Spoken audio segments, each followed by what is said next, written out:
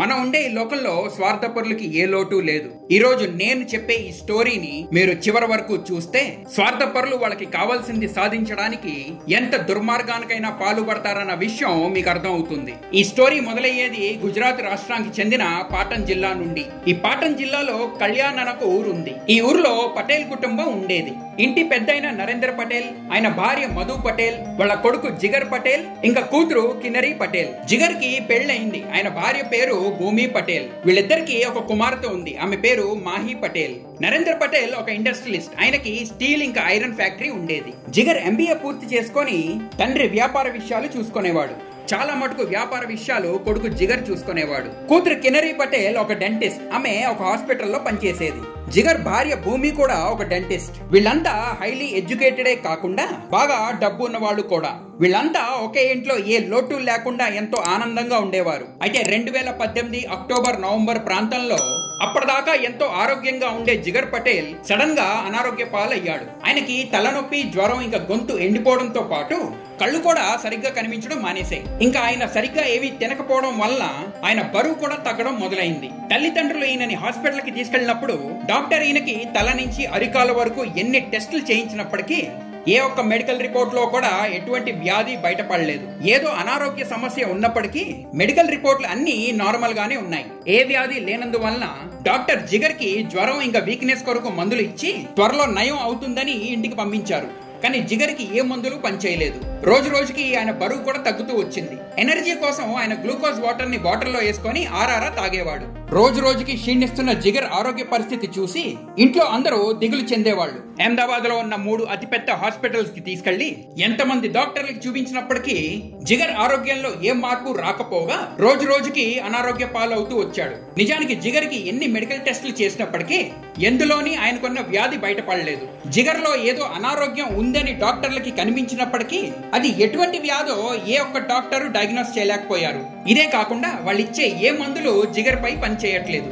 ఈ విధంగా 7 నుంచి 8 మాసాలు గడిచింది. జిగర్ ఆరోగ్యంలో ఏ మార్పు లేకపోగా ఆయన ఇంకా అనారోగ్య పాలయ్యాడు. ఆయన చూపు ఇంకా మందగించి బరువు బాగా తగ్గిపోయాడు. అయితే 2019 మే 4వ తారీఖున కుటుంబ పెద్దయిన నరేంద్ర పటేల్, ఆయన భార్య మధు పటేల్, కూతురు కిన్నరీ పటేల్, కొడుకు జిగర్ పటేల్, జిగర్ భార్య భూమి పటేల్, ఇంకా వాళ్ళ 14 నెలల కూతురు మాహి పటేల్, ఈ 6గురు కలిసి పాటన్ జిల్లాలోనే ఉన్న నరేంద్ర పటేల్ వాళ్ళ అన్ని ఇంటికి వెళ్లారు. 4వ తారీఖుని వాళ్ళంతా అక్కడే ఉన్నారు. అయితే జిగర్ నయం అవడానికి కుటుంబం అంతా కలిసి వాళ్ళ సొంతూరులో ఉన్న కులదేవత గుళ్ళో యజ్ఞం చెయ్యాలని నిర్ణయించుకున్నారు. వాళ్ళ సొంతూరు పేరు కలానా. ఇది రాజ్కోట్ జిల్లాకి చెందిన దొరాజీ తాలూకులో ఉన్న ఒక ఊరు. తర్వాత రోజు అంటే మే 5వ తారీఖు పొద్దున్న నరేంద్ర పటేల్ కుటుంబం ఇంకా వాళ్ళ అన్న కుటుంబం కలిసి వాళ్ళ ఊరికి వెళ్ళడానికి బయలుదేరే సమయంలో జిగర్ మళ్ళీ బాగా అనారోగ్య పాలయ్యాడు. ఒంట్లో బాగా బలహీనంగా అనిపించి ఆయన దగ్గర ఉన్న గ్లూకోజ్ వాటర్ ని తాగాడు. అదే సమయంలో జిగర్ చెల్లి కిన్నరీ వచ్చి తన దగ్గర ఒక టాబ్లెట్ ఉంది, అది వేసుకుంటే కొంచెం రిలీఫ్ గా అనిపిస్తుందని జిగర్ కి చెప్పింది. మొదట ఈ టాబ్లెట్ వేసుకోవడానికి నిరాకరించిన జిగర్ హాస్పిటల్కి వెళ్ళడానికి సిద్ధపడ్డాడు. కానీ ఎంత వెతికినా కార్ కీస్ దొరకకపోవడం వల్ల కిన్నరీ ఇచ్చిన టాబ్లెట్ జిగర్ వేసుకున్నాడు. కానీ ఈ టాబ్లెట్ వేసుకున్న తర్వాత జిగర్ ఆరోగ్యం ఇంకా చెడిపోయింది. ఇంట్లో అందరూ కలిసి వెతికినప్పటికీ కార్ కీస్ దొరకలేదు. ఇంట్లో ఉన్న ఇంకో కారులో ఇంటి వాళ్ళు జిగర్ ని తీసుకొని హాస్పిటల్ కి బయలుదేరారు. అయితే హాస్పిటల్ కి చేరగానే డాక్టర్ జిగర్ పటేల్ ని చెక్ చేసి ఆయన మరణించాడని చెప్పారు. జిగర్ హార్ట్ అటాక్ తో చనిపోయాడని డాక్టర్స్ చెప్పి పోస్ట్ మార్టం చేయించమని కుటుంబ సభ్యులతో చెప్పారు.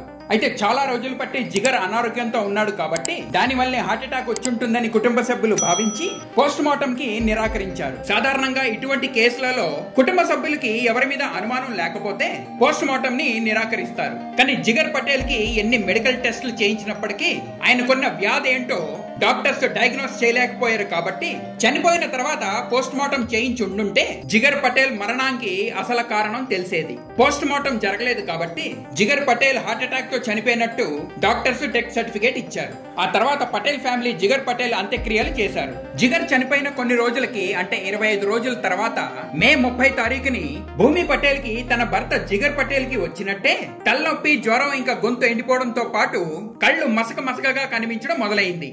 జిగర్ కి అయినట్టే భూమికి అవడం చూసిన ఇంట్లో వాళ్ళు గాబరా పడి భూమిని హాస్పిటల్ కి తీసుకెళ్లారు. ఆ సమయంలో ఇంట్లో మిగిలిన వాళ్ళు జిగర్ 14 నెలల కూతురు మాహి, జిగర్ చెల్లి, తండ్రి ఇంకా పెద్దమ్మ ఉన్నారు. భూమి హాస్పిటల్ కి బయలుదేరిన కొంతసేపటికే కూతురు మాహి ఆరోగ్యం కూడా పాడవడం మొదలైంది. ఇది చూసిన కిన్నరీ గాబరా పడి వాళ్ళ పెద్దమ్మకి ఈ విషయం చెప్పింది. వాళ్ళ పెద్దమ్మ పాప ఆరోగ్య పరిస్థితి చూసి ఆమెని హాస్పిటల్ కి తీసుకెళ్లాలని చెప్పింది. భూమి వెళ్లిన అదే హాస్పిటల్ కి మాహిని కూడా వీళ్ళంతా తీసుకొని వెళ్లారు. హాస్పిటల్లో కొంతసేపు మాహిని చెక్ చేసిన డాక్టర్లు ఆమె చనిపోయిందని చెప్పారు. కేవలం నెల రోజుల్లోపే కుటుంబంలో 2 మరణాలు జరిగాయి. 25 రోజుల కిందట 34 సంవత్సరాల జిగర్ చనిపోతే ఇప్పుడు ఆయన కూతురైన 14 నెలల పసిపాప చనిపోయింది. దాంతో ఇంట్లో అందరూ తీవ్రమైన షాక్ కి గురయ్యారు. అయితే పాపకి పోస్ట్ మార్టం చేయించమని డాక్టర్లు చెప్పినప్పుడు కుటుంబ సభ్యులు నిరాకరించారు. మాహిది ప్రీమెచ్యూర్ డెలివరీ అని, ఇంకా పుట్టిన దగ్గర నుంచి ఆమెకి ఎన్నో ఆరోగ్య సమస్యలు ఉండేవని, దానివల్లే ఆమె చనిపోయి ఉంటుందని కుటుంబ సభ్యులు డాక్టర్లకు చెప్పారు. ఎవరి మీద వాళ్ళకి ఏ అనుమానం లేదు కాబట్టి ఏ పోస్ట్ మార్టం లేకుండానే చనిపోయిన పసిపాపని ఇంట్లో వాళ్ళు పాతిపెట్టారు. అటు భూమి పటేల్ జీవితంలో నెల రోజుల్లోపే కోలుకోలేని 2 విషాదాలు జరిగాయి. భర్త కూతుర్ని పోగొట్టుకున్న భూమిని ఓదార్చడం ఎవరి వల్ల కాలేకపోయింది. భూమిని ఆ పరిస్థితుల్లో చూడలేక నరేంద్ర పటేల్ ఆమె పుట్టింటికి కొన్నాళ్ళు వెళ్లి ఉండమని భూమికి చెప్పాడు. భూమి పుట్టింటికి వెళ్ళిపోయిన తర్వాత నరేంద్ర పటేల్ కి ఇంట్లో ఉన్న ఒక వ్యక్తి ప్రవర్తన మీద అనుమానం వచ్చి ఆమెని గమనించడం మొదలు పెట్టారు. ఇంట్లో అందరూ శోక సముద్రంలో మునిగిపోయారు. ఎవరికి ఏమీ చెయ్యబుద్ధి అవ్వట్లేదు. ఎవరు సరిగ్గా తినడం మానేశారు. ఎవరికి ఇంటి బయటకు కూడా ఎళ్లబుద్ధి అవ్వట్లేదు. ఎవరు కంట్లో చూసినా కన్నీళ్లే ఉన్నాయి. కానీ వీళ్ళతో పాటు ఉంటున్న కిన్నరీ పటేల్ కి మాత్రం ఇవేమీ పట్టనట్టే ఉంది. ఫోన్ లో ఫ్రెండ్స్ తో నవ్వుతూ మాట్లాడేది, ఇంట్లో కూడా ఎంతో హ్యాపీగా తిరిగేది, ఏ దిగులు లేకుండా అన్ని తినేది, ఫ్రెండ్స్ తో బయటికి వెళ్లి టైం స్పెండ్ చేసేది. అన్నా ఇంకా ఆయన 14 నెలల కూతురు చనిపోయిందన్న విషయం అసలు జరగనట్టే ఈమె ప్రవర్తించింది. వాళ్ళ మరణంపై ఏ విధమైన బాధ ఈమెకి లేనట్టే ప్రవర్తించింది. పాపకి ఆరోగ్యం బాలేక హాస్పిటల్ కి తీసుకెళ్తున్న రోజు కూడా కిన్నరీలో ఏ విధమైన దిగులు గాబరా లేకపోగా ఆమె నవ్వుతూ ఉండడం తండ్రి గమనించాడు. అయితే అన్ని విషయాలపై తండ్రి నరేంద్ర పటేల్ 2 రోజులు బాగా ఆలోచించి కూతురు కిన్నరీ పటేల్ ని నిలదీశాడు. ఇంట్లో 2 అకాల మరణాలు అయినప్పటికీ నీలో ఏ విధమైన బాధ లేకపోగా మునుపటి కంట ఎంతో ఆనందంగా కనిపిస్తున్నావు. దీని వెనుక కారణం ఏంటి? ఇంకా వాళ్ళని నువ్వే చంపేవా అని నరేంద్ర పటేల్ ఆయన కూతురు కిన్నరీ పటేల్ ని సూటిగా ప్రశ్నించాడు. ప్రశ్నించిన తండ్రే కాకుండా అక్కడ ఉన్న వాళ్ళందరూ అవాక్ అయ్యేటట్టు కిన్నరీ లేచి సమాధానం ఇస్తూ తన అన్న జిగర్ పటేల్ ని ఇంకా ఆయన కుమార్తె మాహి పటేల్ ని తనే చంపిందన్న విషయం చెప్పింది. ఇదే కాకుండా వదిన భూమి పటేల్ ని కూడా చంపడానికి ప్లాన్ చేసేనని, కానీ ఆమెను మీరు పుట్టింటికి పంపించడం వల్ల ఆ ప్లాన్ ఫెయిల్ అయిందని కూడా కిన్నరీ పటేల్ తండ్రి నరేంద్ర పటేల్ కి చెప్పింది. ఎక్స్పెక్ట్ చెయ్యని సమాధానం విన్న తండ్రి నరేంద్ర పటేల్ కి గుండె ఆగిపోయినంత పనైంది. చెట్టంత కొడుకు ఇంకా 14 నెలల మనవరాలు కేవలం నెల రోజుల వ్యవధిలో మరణించారన్న దిగులు బాధలో ఉన్న ఆయనకి ఈ ఒక హత్యలని, ఇంకా హత్యలు చేసినది ఆయన సొంత కూతురే అన్న నిజాన్ని తెలుసుకున్న నరేంద్ర పటేల్ కి బాధ దిగులు రెట్టింపయింది. అన్యాయంగా చనిపోయిన తన కొడుకు మనవరాలకి న్యాయం చేకూర్చాలా, లేక బతికున్న తన నేరస్తురాలైన కూతుర్ని జైలుకి వెళ్లకుండా కాపాడాలా? ఇప్పుడు ఏం చేయాలో తండ్రి అయిన నరేంద్ర పటేల్ కి అర్థం కాని పరిస్థితి ఏర్పడింది. తన భార్య మధు పటేల్ తో సంప్రదించి అన్యాయంగా హత్యకి గురైన తన కొడుకు మనవరాలకి న్యాయం చేకూర్చడానికి నిర్ణయించుకున్న నరేంద్ర పటేల్ తన కూతురు కిన్నరీ పటేల్ మీద పోలీస్ కంప్లైంట్ ఇచ్చారు. అయితే సొంత తండ్రే కూతురు మీద కంప్లైంట్ ఇచ్చారు కాబట్టి పోలీసులు ఇంకా ఆలస్యం చేయకుండా కిన్నరీ పటేల్ ని అరెస్ట్ చేశారు. తన చేసిన నేరాన్ని ఒప్పుకుంటూ ఈ హత్య ఆమె ఏ విధంగా చేసిందో, ఎందుకు చేయవలసి వచ్చిందో అన్ని కెమెరా ముందు కిన్నరీ పటేల్ పోలీసులకి చెప్పింది. చిన్నప్పటి నుంచే అన్న చెల్లెళ్ళు ఏ లోటు లేకుండా పెరిగారు. చిన్నప్పుడు వీళ్ళు ఒకళ్ళ పట్ల ఒకళ్ళు ఎంతో ప్రేమ అనురాగాలు కలిగి ఉండేవారు. కానీ వయసులో పెరుగుతున్న కొద్దీ వీళ్ళ మధ్యలో మనస్పర్ధలు మొదలయ్యాయి. అయితే ఇటువంటి చిన్న మనస్పర్ధలు తోబుట్టుల మధ్యలో సర్వసాధారణం. కానీ కిన్నరీ పటేల్ తన అన్న జిగర్ పటేల్ పైన ద్వేషం పెంచుకుంటూనే ఉంది. జిగర్ పటేల్ తన చదువు పూర్తి చేసుకొని చిన్న వయసులోనే తన తండ్రి వ్యాపార బాధ్యతల్ని తీసుకున్నాడు. కిన్నరీ పటేల్ కూడా తన డెంటిస్ట్ చదువు పూర్తి చేసుకొని ఒక చిన్న హాస్పిటల్లో పనిచేసేది. అయితే వ్యాపార బాధ్యతలు తీసుకున్న జిగర్ పటేల్ వ్యాపారాన్ని ఇంకా లాభాల బాటలో నడిపించినందుకు ఇంట్లో ఇంకా చుట్టాల మధ్యలో ప్రశంసలు పొందేవాడు. అందరూ జిగర్ పటేల్ ని పొగడడం చెల్లి కిన్నరీ పటేల్ జీర్ణించుకోలేకపోయింది. సొంత అన్నని ఎవరైనా పొగడగానే కిన్నరీ పటేల్ కోపంతో రగిలిపోయేది. తల్లిదండ్రులతో పాటు చుట్టాలందరూ తనని చిన్న చూపు చూసేవారని కిన్నరీ భావించేది. జిగర్కి పెళ్లైన తర్వాత అన్న మీదున్న కోపం, ద్వేషంతో పాటు వదిన భూమి పటేల్ పైన ఈర్ష్య కూడా మొదలైంది. తనలాగే భూమి పటేల్ కూడా డెంటిస్ట్ కాబట్టి ఇప్పటిదాకా తనకి ఇంట్లో ఉన్న ఆ ఇంత ఇంపార్టెన్స్ కూడా తనకి ఉండదని కిన్నరీ పటేల్ భావించింది. ఇప్పుడు ఇంట్లోనే కాకుండా వృత్తిపరంగా కూడా కిన్నరీకి కాంపిటీషన్ మొదలైంది. దానివల్లే జిగర్ ఇంకా భూమితో కిన్నరీకి తరచూ ఇంట్లో గొడవలు జరిగేవి. అయితే కొన్నాళ్ళకి జిగర్ ఇంకా భూమికి ఒక కూతురు పుట్టింది. అన్న వదిలి మీదే కాకుండా కొత్తగా పుట్టిన పసికందు మీద కూడా ఈర్ష్య మొదలైంది. అయితే అన్న కుటుంబం పైన పెంచుకున్న కోపం, ద్వేషం, ఈర్ష్యతో పాటు తండ్రి వద్దున్న కోట్ల ఆస్తి మొత్తం తనకే సొంతం అవ్వాలనే దురాశ కూడా కిన్నరీకి మొదలైంది. అన్న కుటుంబాన్ని హతమార్చి కోట్ల ఆస్తిని సొంతం చేసుకునే దురాలోచన కిన్నరీకి కలిగింది. అయితే వాళ్ళని హత్య చేసినా తను దొరకకుండా ఉండేటట్టు కిన్నరీ ప్లాన్ చేసింది. దానికోసమే అనేక కెమికల్స్ గురించి రీసెర్చ్ మొదలుపెట్టింది. ఏ పాయిజన్ ఎలా పనిచేస్తుందో, అవయవాల్ని ఎలా డ్యామేజ్ చేస్తుందో, ఏ పాయిజన్ అయితే మెడికల్ టెస్టులు కూడా దొరకకుండా ఉంటుందో, ఏ స్లో పాయిజన్ ఇస్తే ఆమె మీద ఎవరికీ అనుమానం రాకుండా ఉంటుందో అన్నీ తెలుసుకుంది. ఎంతో రీసెర్చ్ చేసిన తర్వాత ఆమెకు కావలసిన స్లో పాయిజన్ దొరికింది. ఇదొక పాయిజనస్ ప్లాంట్ తాలూకా విత్తనాలు. అయితే వీడియోలో మీరు చూసే ఆ మొక్క అది కాదు, ఆ విత్తనాలు కూడా అవి కాదు. ఆ పాయిజనస్ ప్లాంట్ పేరేంటో, వాటి విత్తనాలు ఎలా ఉంటాయో మీకు మేము ఈ వీడియోలో చూపించలేము. అయితే ఈ మొక్క పేరేంటో తెలుసుకునే ప్రయత్నం కూడా మీరు ఎవరు చెయ్యొద్దని నా మనవి. ఈ మొక్క సాధారణంగా పొలం గట్టుని పెరుగుతుంది. కిన్నరీకి తెలిసిన ఒక ఆటో డ్రైవర్ ద్వారా ఈ విత్తనాల్ని ఆమె తెప్పించుకుంది. అయితే ఈ విత్తనాలు విషం అని కానీ, హత్య చేయడానికి కిన్నరీ ఈ విత్తనాల్ని ఉపయోగిస్తుందన్న విషయం కానీ ఆ ఆటో డ్రైవర్ కి తెలియదు. అయితే ఈ విషాన్ని ముగ్గురికి ఒకటేసారి ఇస్తే ముగ్గురు ఒకటేసారి చనిపోతారని, ఇంక అందరికీ ఆమె మీద అనుమానం వస్తుందని ఆలోచించిన కిన్నరీ మొదట విష ప్రయోగం తన అన్న జిగర్ పటేల్ మీద చేసింది. రోజు జిగర్ ఇంటికి రాకముందే కిన్నరీ తన పనులన్నీ ముగించుకొని ఇంటికి చేరుకునేది. విషభరితమైన విత్తనాల్ని నీళ్లలో బాగా మరిగించి వాటిని చల్లార్చి రెడీ చేసి పెట్టేది. జిగర్ ఇంటికి రాగానే అవే నీళ్లని ఆయనకి తాగడానికి ఇచ్చేది. నిదానంగా జిగర్ పై ఆ విషం పని చేయడం మొదలుపెట్టింది.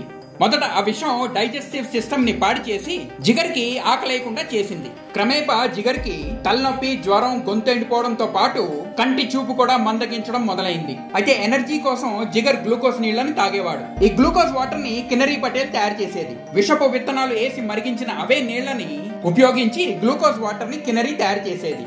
ఎనర్జీ కోసం గ్లూకోజ్ వాటర్ అనుకొని తాగినప్పుడల్లా నిజానికి జిగర్ విషపు నీళ్లు తాగేవాడు. దాంతో ఆయన ఆరోగ్యం ఇంకా చెడిపోయేది. మార్చి 2019లో కిన్నరీ పొటాషియం సైనైడ్ కొంది.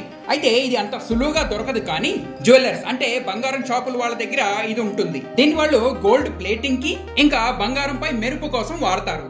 కిన్నరీ ఒక డాక్టర్ కాబట్టి ఈ విషయాలన్నీ ఆమెకు బాగా తెలుసు. ఈమె ఒక బంగారం షాప్ ఆయనతో స్నేహం చేసి ఆమె పేషెంట్ ఒకరికి బంగారం పన్ను తయారు చెయ్యాలని, దానికోసం ఆమెకి పొటాషియం సైనైడ్ కావాలని బంగారం షాప్ ఆయనకి చెప్పి ఆయన దగ్గర కిన్నరీ సైనైడ్ తీసుకుంది. అయితే బంగారం పన్ను తయారు చేయడానికి ఎంత సైనైడ్ అవసరమో అంతే ఈ షాప్ ఆయన కిన్నరీకి ఇచ్చాడు. ఆయన ఇచ్చిన సైనైడ్ మోతాజు కిన్నరీకి తక్కువ అనిపించి ఇదే ట్రిక్ ని ఇంకో 2 బంగారం షాపుల్లో ఉపయోగించి ఇంకొంచెం సైనైడ్ ని సంపాదించింది. ఈ సైనైడ్ పవర్ చెక్ చేయడానికి కిన్నరీ మొదట ఒక స్పైడర్ ఇంకా చీమ మీద టెస్ట్ చేసింది. సైనైడ్ చూడడానికి క్రిస్టల్ ఉప్పు లేక పంచదారలా కనిపిస్తుంది. అయితే ఆ సాలిపురుగు ఇంకా చీమ దీన్ని తినగానే చనిపోయాయి. ఇది చూసిన కిన్నరీ చాలా సంతోషపడి వాళ్ళ ఫ్రెండ్ ద్వారా ఖాళీ క్యాప్సూల్ షెల్స్ ని తెప్పించుకుంది. ఆ తర్వాత ఒక సర్జికల్ స్పాట్యులా ద్వారా ఈ ఖాళీ క్యాప్సూల్స్ లో సైనైడ్ నింపింది. సాధారణంగా ఈ సర్జికల్ స్పాట్యులా ప్రతి ఒక్క డెంటిస్ట్ దగ్గర ఉంటుంది. కిన్నరీ తెప్పించుకున్న రెడ్ అండ్ యెల్లో క్యాప్సూల్స్ లో ఆమె దగ్గర ఉన్న సైనైడ్ అంతా నింపి ప్యాక్ చేసి ఒక డబ్బాలో పెట్టుకుంది. కిన్నరీ ఇచ్చిన విషపు నీళ్లని జిగర్ రోజు తాగి బాధపడుతూ ఉంటే అది చూసి రోజు కిన్నరీ పైశాచిక ఆనందం పొందేది. అయితే 6-7 నెలల పట్టి కిన్నరీ స్లో పాయిజన్ ఇస్తున్నప్పటికీ జిగర్ చనిపోవట్లేదు కాబట్టి కిన్నరీకి చిరాకు పుట్టి జిగర్ ని ఒకటేసారి హతమార్చాలన్న నిర్ణయం తీసుకుంది. మే 4వ తారీఖుని కుటుంబం అంతా కలిసి నరేంద్ర పటేల్ అన్న ఇంటికి వెళ్లారు. అదే సమయంలో కిన్నరీ సైనైడ్ క్యాప్సూల్స్ ను కూడా ఆమెతో పాటు తీసుకెళ్లింది. అక్కడి నుంచి వీళ్ళంతా మే 5వ తారీఖుని వాళ్ళ సొంత ఊరికి బయలుదేరే సమయంలో జిగర్ ఆరోగ్యం బాగా పాడైంది. అప్పుడు రిలీఫ్ వస్తుందని కిన్నరీ జిగర్ కి ఇచ్చిన మందే ఈ సైనైడ్ క్యాప్సూల్. మొదట్లో మందు వేసుకోవడానికి జిగర్ నిరాకరించినప్పటికీ హాస్పిటల్ వెళ్ళడానికి కార్ కీస్ దొరకకపోవడం వల్ల కొంచెం రిలీఫ్ కోసం కిన్నరీ ఇచ్చిన మందు వేసుకున్నాడు. నిజానికి కార్ కీ కిన్నరీ వద్దనే ఉంది. హాస్పిటల్ కి వెళ్లక ముందే జిగర్ చనిపోవాలనే ప్లాన్ తోనే కిన్నరీ కార్ కీని దాచిపెట్టింది. ఆమె ప్లాన్ చేసినట్టే జిగర్ హాస్పిటల్ కి వెళ్లక ముందే దారి మధ్యలోనే చనిపోయాడు.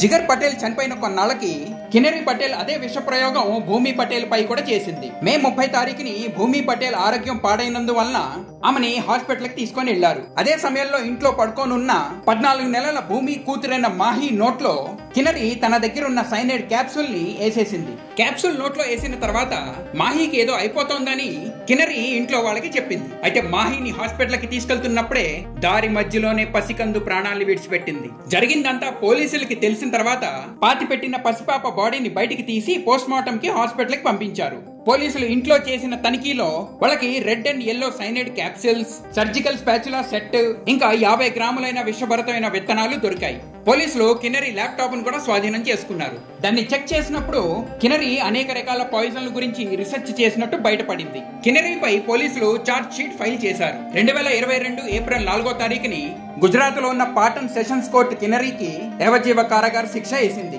అయితే ఈ శిక్షని రద్దు చేయమని కిన్నరీ పటేల్ హైకోర్టులో పిటిషన్ వేసింది. ఈ కేసు విచారణ ఇప్పుడు గుజరాత్ హైకోర్టులో నడుస్తోంది. నిందితురాలకి కఠినమైన శిక్ష పడాలని ఆశిద్దాం. మరొక ఆసక్తికరమైన కేసు వీడియోతో మీ ముందుకు వస్తాను. అంతవరకు సెలవు. జై హింద్, జై భారత్.